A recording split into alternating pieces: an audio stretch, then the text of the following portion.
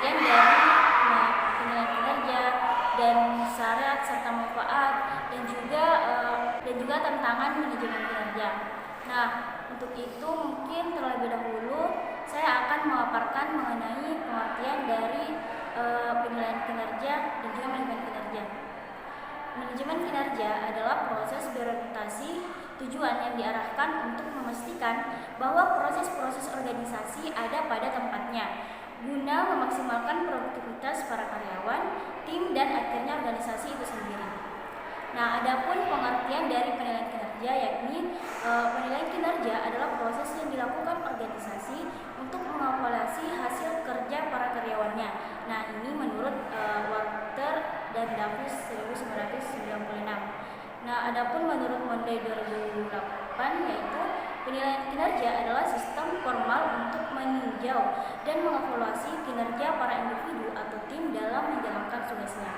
Nah, adapun dari menurut Schuler and Jackson 2006, yakni penilaian kinerja melibatkan evaluasi kinerja yang didasarkan pada penilaian dan pendapatan dari para bawahan, rekan kerja, atasan, manajer lainnya, dan bahkan karyawan itu sendiri.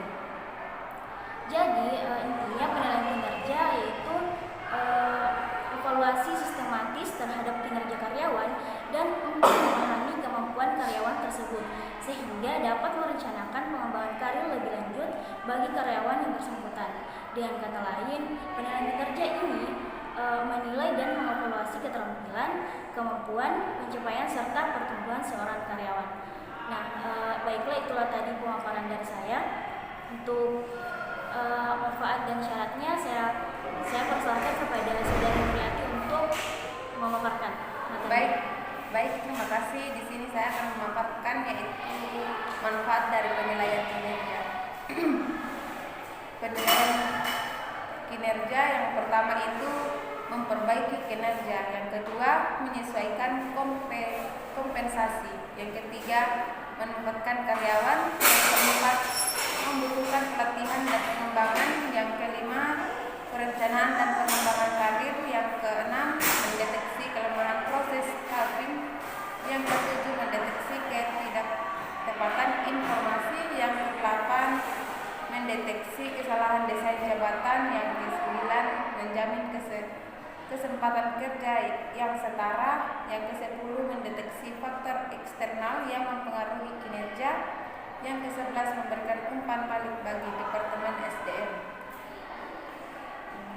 Syarat penilaian kinerja yaitu suatu sistem penilaian kinerja harus mampu menggambarkan secara akurat kinerja yang tipikal dari seorang karyawan.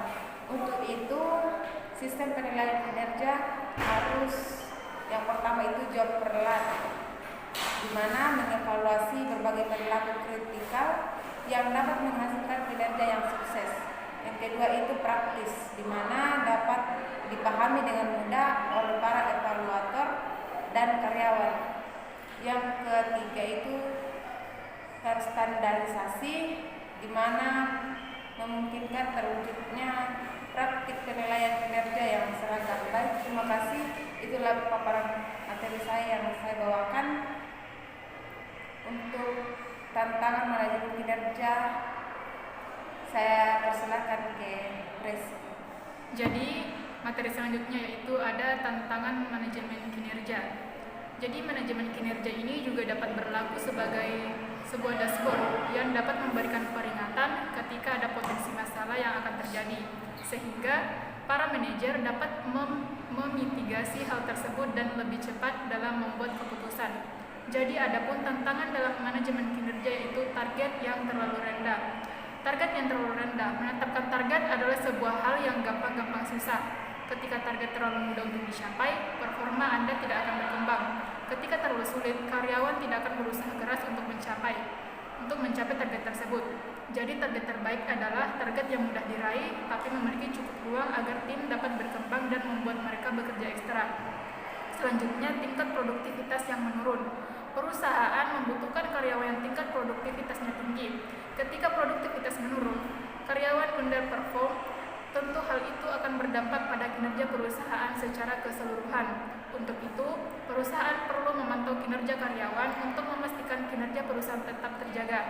Caranya bisa melalui evaluasi kinerja atau sederhana 1-on-1 antara karyawan dengan manajer. Selanjutnya yaitu tantangan kurangnya dukungan dari pemimpin. Peran pemimpin akan mempengaruhi bawahannya. Pemimpin yang tidak termotivasi dalam meningkatkan kinerja timnya akan berdampak pada kinerja anggota tim secara keseluruhan. Misalnya, kurang arahan membuat anggota tim tidak mengerti apa yang harus mereka lakukan untuk mencapai target. Akibatnya itu target tidak dapat tercapai.